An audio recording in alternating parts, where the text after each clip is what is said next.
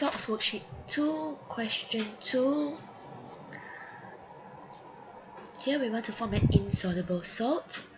So one way to form an insoluble salt is by precipitation, which is an acid reacting with a soluble salt. Option A is an acid reacting with a metal carbonate. So this will already not be the correct answer, but we can still try it out. We get potassium chloride plus water plus carbon dioxide. Potassium chloride is a sparse salt, so again it is not soluble. Option B is an acid and a soluble salt, but this reaction will not happen. We'll explain to you why later.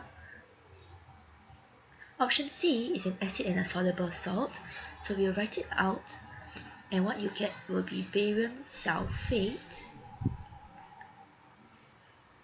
because sulfuric acid gives you sulfate, and the chloride becomes hydrochloric acid. Option D, again, is not going to happen. It will not this reaction will not happen, and we'll explain why in a moment. Okay, so option B, if it happens, we get sodium chloride.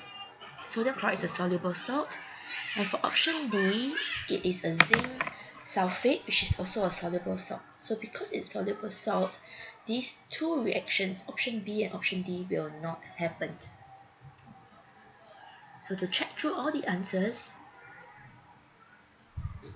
option A is a soluble salt, B and D reaction will not take place, but option C, barium sulfate, ClB sulfate, barium sulfate is insoluble.